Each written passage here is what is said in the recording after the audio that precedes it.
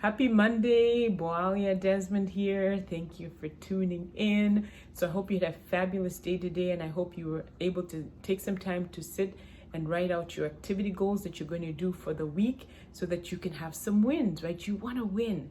You want to win every single week by doing something that is necessary, that's going to bring you closer to your goals. So if this is your first time tuning in, I welcome you.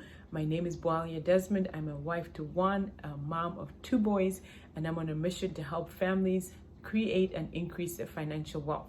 So today's message I titled the value of necessary ending. The value of necessary ending. This message was completely inspired by our talk today with our mentor, John C. Maxwell.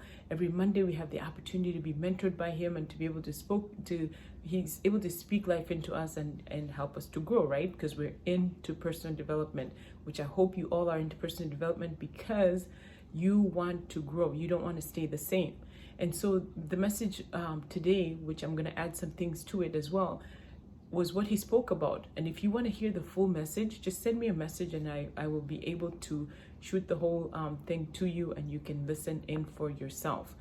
But things are necessary to end in order for you to begin something new. Just think about anything that you do, right?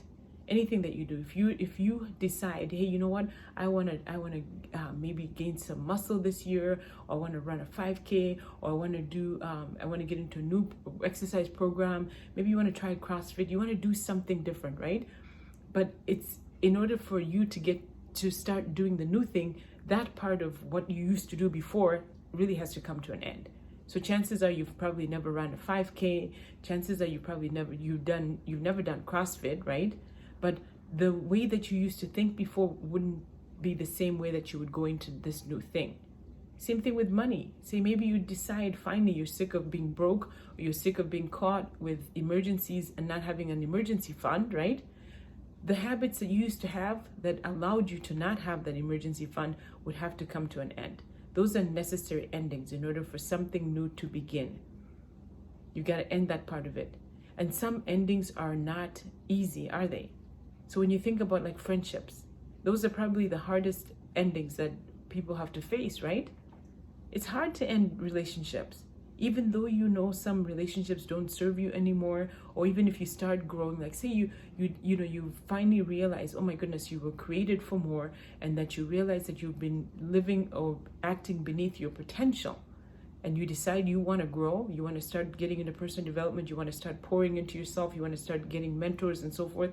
And if you're in a group that they have no interest in any of that, chances are the relationships that you have will come to an end. They will come to an end because you're just not going to have that much in common anymore, or your friends may not like the new you that you're becoming. It might make them uncomfortable and so forth. But those relationships do come to an end. And sometimes it's a business relationship. So maybe you work for a friend, or maybe you have a relative who works for you, and if those things aren't working out, that kind of relationship can be difficult to sever, difficult to end. But it is necessary for endings to happen in order for beginnings to begin, right? You gotta have an ending for something to begin. So think about your own life. What is it that you need to end? What is it that you need to get rid of and to say goodbye to in order to start something new?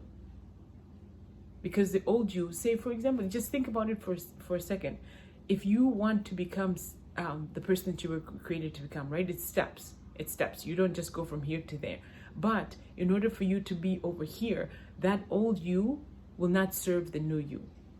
Who you are in 5 years from now, if you're growing, you cannot take the old you and be that new person.